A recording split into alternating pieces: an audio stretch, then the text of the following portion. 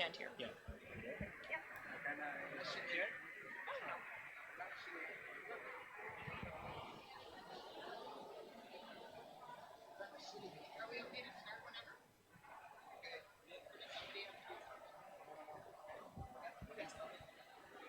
Okay, can I ask everybody to please grab a seat? We're going to get started in just a moment here.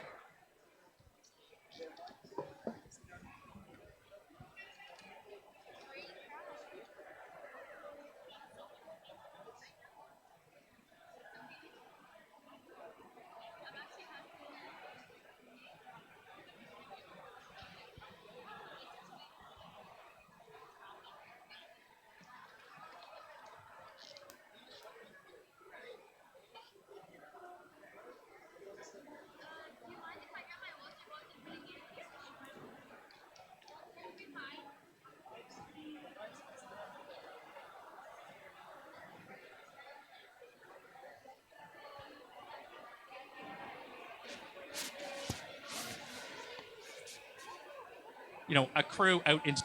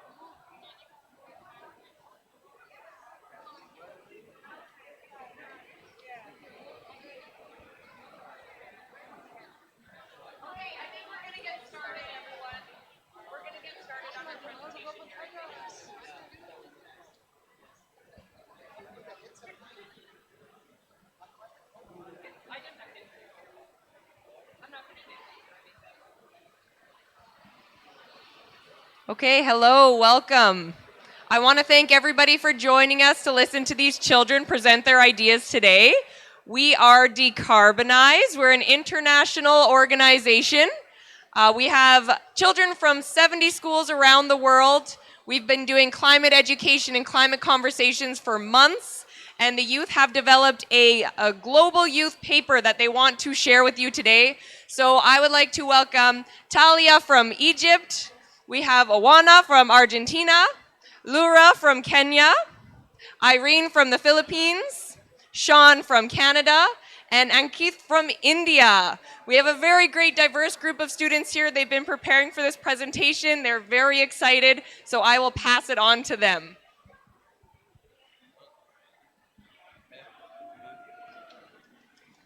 Hello, I'm Juana Beramendi. I am 14 years old and I am a student from the Global School in Buenos Aires, Argentina. I have been in the Decarbonize for 2 years now, and I'm going to talk to you about our journey and who we are. In our presentation today, you're going to see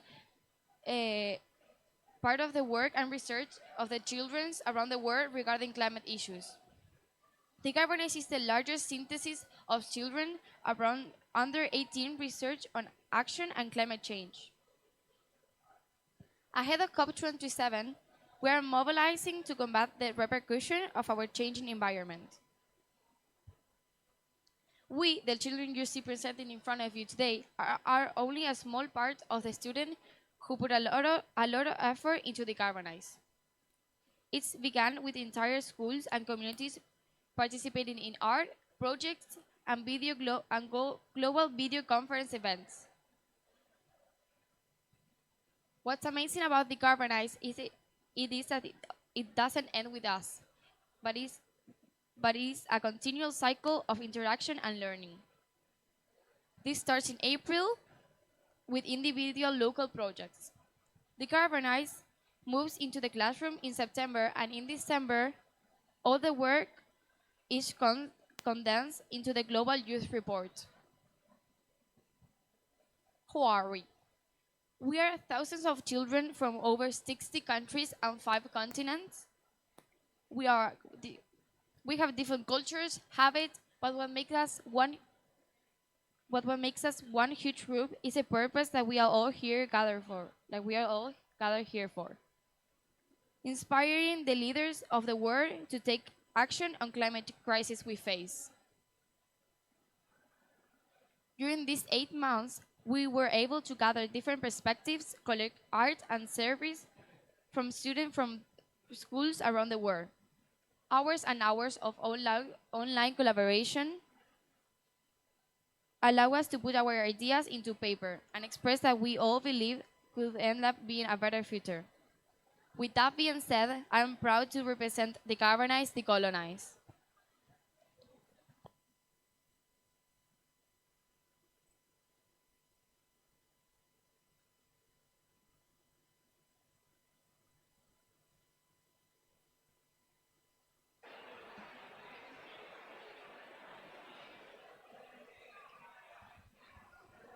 Okay, hello, my name is Lura. I'm 15 years old and I attend St. Austin's Academy in Nairobi, Kenya. So now that you know what Decarbonize is, how does it work? Decarbonize has a series of activities that we complete from September to December each year. And each year we center on a specific theme. Our theme for this year was food sustainability and the links between climate change and agriculture. As our first introductory activity, we each created a food map with a calculation of the carbon it costs to create our favorite meal. And then we made videos introducing ourselves and talking about the carbon impact of our food, as well as what we can do to reduce it, both as an individual and on community level. For the next activity, we learned about how climate change is worsening food insecurity and got to research on how agriculture has been affected in our countries. We wrote blogs about our learning in this process, as well as read blogs from students around the world in other countries to learn about how climate change has impacted or is impacting agriculture in their country. After this, each school is partnered with another school from a different country to share a case study around climate change. Through this, we get to learn about a specific issue in our country and share the similarities and differences from a school in another country. For example, this year, my school and I researched on the severe drought that has hit north and northeastern Kenya, as well as the greater Horn of Africa. After our bilateral, we move into continental conversations and finally global meetings that give us a wider perspective on these issues. The Global Art Gallery is a space in the classroom that encourages creativity from us as children and to display our thoughts, ideas, and emotions about the environment and the impact of climate change. Here are some examples of the artworks that we've created throughout the years. In the lead up to COP, we come together virtually for what we call the Writers' Retreat, where students from around the world come together to write the hashtag Decarbonize Global Youth Manifesto. This report is a crucial component to our call for our governments to listen and value children's voices in the fight against climate change at this meeting. Through a series of meetings, we brainstorm and come up with demands for our governments.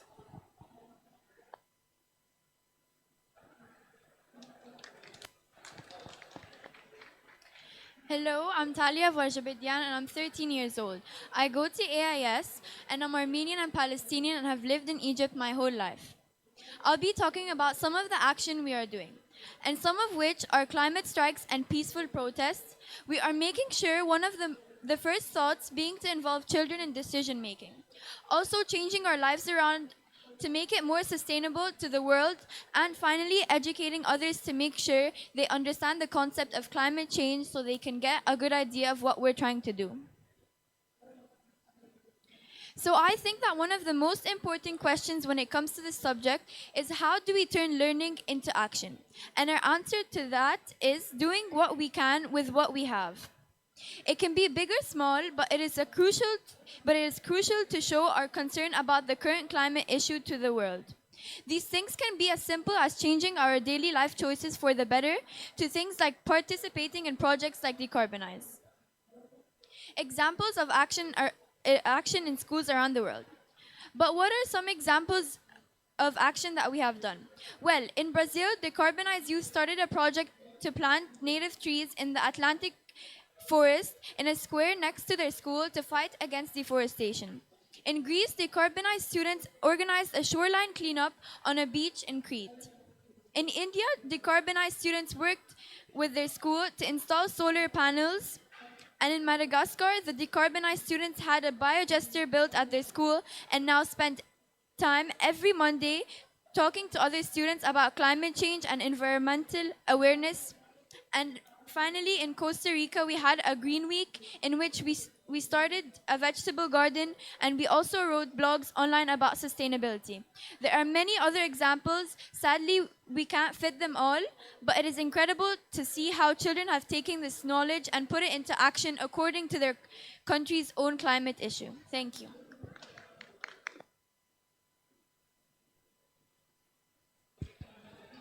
Hello everyone, I'm Ankith Suhas Rao. I'm from the enchanting and vivid country of India. I'm 17 years old and I study in the Hyderabad Public School, Begumpet. Yeah. Okay, the manifest. Right. In the lead up to COP, we come together virtually for what we call the Writers' Retreat, where children from around the world unite to create the hashtag Decarbonized Global Youth Manifesto. This report is our statement to our governments, to our world leaders, to listen and value our voices. Through a series of meetings, we brainstormed and formulated our opinions and ideas into words of action. The themes I'm going to present to you today contain voices of countless children who put in their effort, time, and research, and the voices into creation of this manifesto before you. So if you scan this QR code, you can get a digital version of the manifesto. Next slide, please. Hello. Yeah. Oh, Yeah. is this all right? Yeah. Thank you. Right. Hello. Yeah. Now that you know our plan of action, it's time for our vision. What is our vision for the future and how do we get there? So climate change is a fact. And we know that man-made emissions of greenhouse gases have reached the highest in history. However, we believe that transformational change is possible. Our first step was to envision our ideal future and then decide what needed to change to get there. Some steps that we can take as an organization or as humans is food production.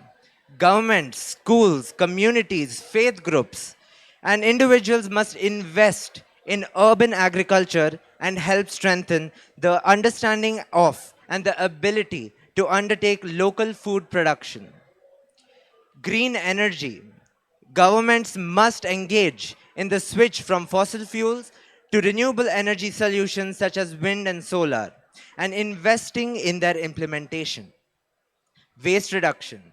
As everyone would know, single-use plastics is a major contributor to the global solid waste problem. Through policy and regulations, there must be a worldwide ban on the manufacture, import, and sale of single-use plastics, which will lead up to the protection of biodiversity and will promote a healthy environment at home and around the world. Gender and other SDGs. Our future progress depends on achieving the 17 Sustainable Development Goals proposed by the United Nations. Women need to be supported to take on greater leadership roles. They are the most impacted and should have the largest say. Next slide, please. Agriculture, education, mentorship, and skill development. Community based agriculture reduces the environmental costs of transportation and leads to more environmentally conscious forms of farming and food production. Education about farming as a profession and a personal endeavor allow for a shift towards improving the sustainability of existing agricultural practices in a way that is beneficial for both the environment and the economy. Environmental and agricultural education, the importance of locally sourced foods, and indigenous practices of sustainability, both in our homes and schools, are the first steps into leading action. Skill development and mentorship are essential vectors for social and cultural transformation. The basis of all kinds of change comes from equipping young people with the competencies they need to succeed in an ever changing world. Agriculture and new technology. Online platforms that provide informative agricultural courses create communities of food producers and provide space for farmers to share ideas, experiences, and seek any advice, and are powerful examples of roles that new technology can play in this traditional field. These platforms could be run by children and in the community as ambassadors of technology and communication who outreach to local producers and farmers and make sure they are well connected. Technology will be one of the strongest tools to educate the masses and to call out for action. Social media like Instagram, Twitter, etc., play an instrumental role in bringing about awareness among citizens. Technology in the agricultural field can be a game changer. Thank you.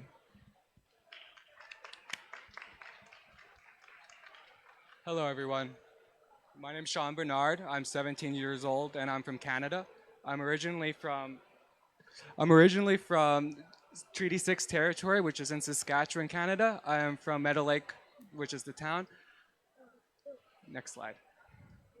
So, as a collective, we want, in conclusion, we as children need to be involved on matters that impact our lives. We as children need to be invited and brought to these programs and organizations and projects where we can push our voices to be heard. In absence of government leadership, other institutions need to step up and amplify voices and actions to change. We're all responsible. The leaders of today must inspire the people of tomorrow, leading by example. As children, we rely on adults to create and make the decisions with little outcome. Education systems have the power to tackle our lack of knowledge and awareness regarding climate change. By educating more global citizens, we are ensuring our children today gain that ability to spark these conversations and ignite this change. We as students, we do not have financial structures or means to initiate our own solutions. We need our stakeholders to come up beside us and provide tangible methods where we can create to reach these goals. Support from governments and institutions have been invaluable in what we have already done. We want to continue creating change together. We believe that with passion for long-term change and in transformation and legislation, the power to fight for our environment and active leadership to move us forward, making our Earth a better place will no longer be a slogan, but something that we live by every day. Thank you.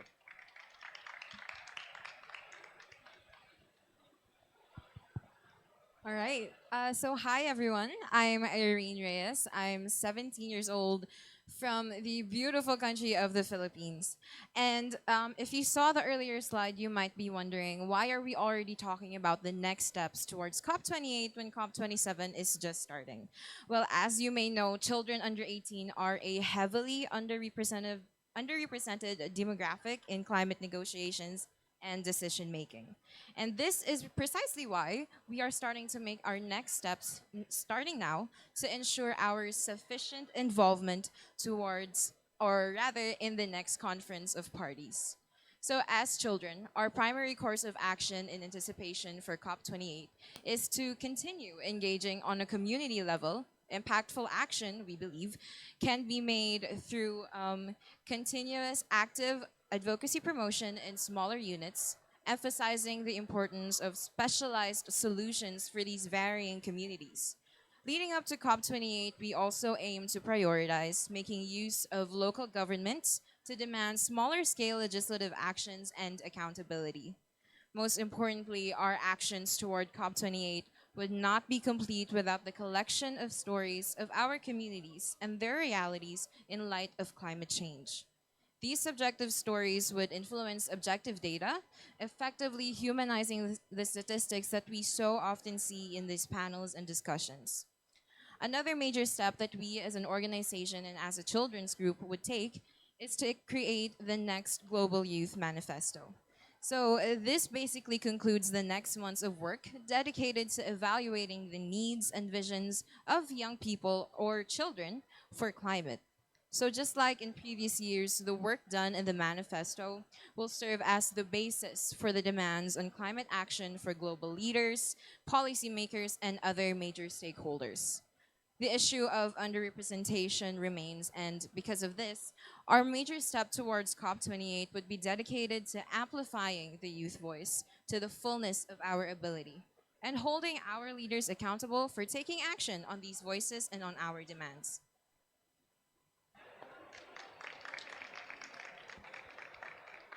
As a collective, I would like to extend a thank you to Egypt, our hosting country, for allowing us to be here and present, and to everyone who showed up today, and for either Zoom or in person.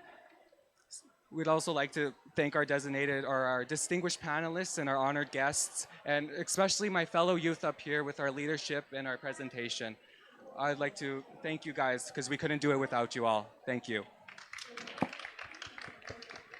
Okay, so now we'll have the World Cafe where our lead students are gonna ask you some interesting questions. So we have 3 questions to ask you. We can divide into 3 groups and discuss about these questions, but you can move around.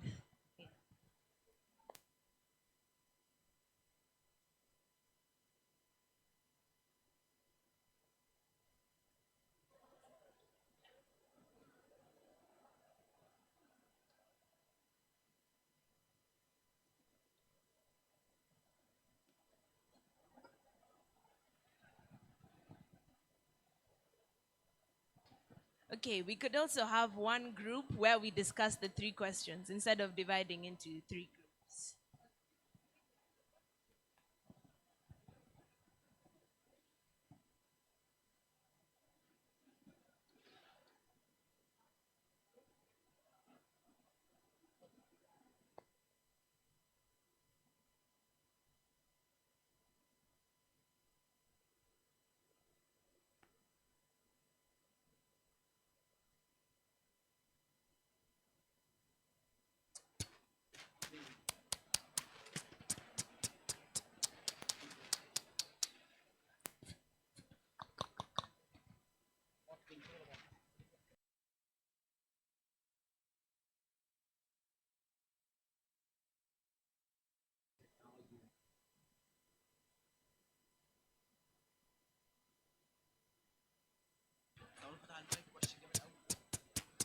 Test, test.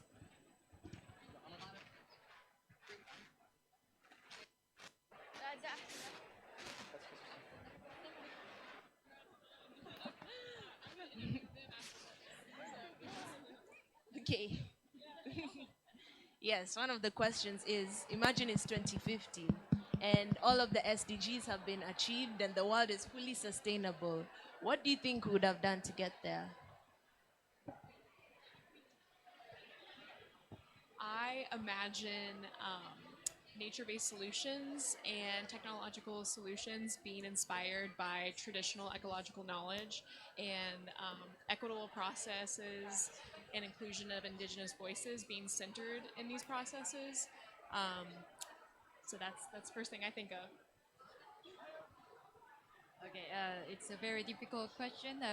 For me, I think, yeah, very, yeah, profound social transformation is important for achieving this 2050 goal. Like, yeah, giving more opportunities and voices to children, youth, and all in other, indigenous and I don't know, all these groups we are talking about, and yeah, so I think yeah, this power structure of the society and the politics of many countries should be changed. But I don't know how we can do this in more details. But yeah, that's what I'm thinking. To add on to that, I foresee many of you in positions of power making those changes too. And I think I'm inspired by younger generations, and I think that's where we're going to see the most change. Because in 30 years, you guys will be the ones making these decisions, and if that's the case, then we're going to be just fine.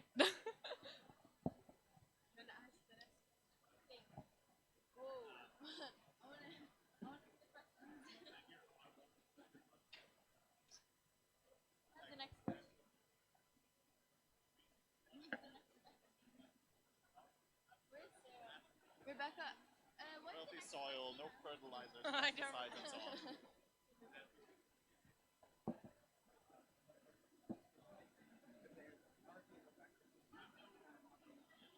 I look back and I saw a video of me.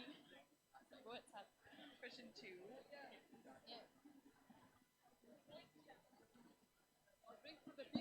The rest I'll bring for them tomorrow.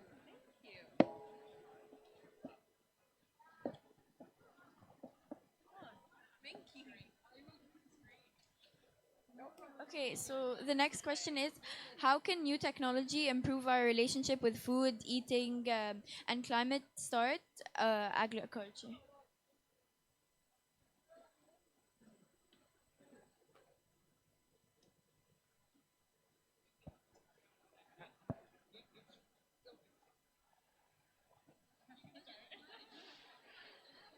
Yeah.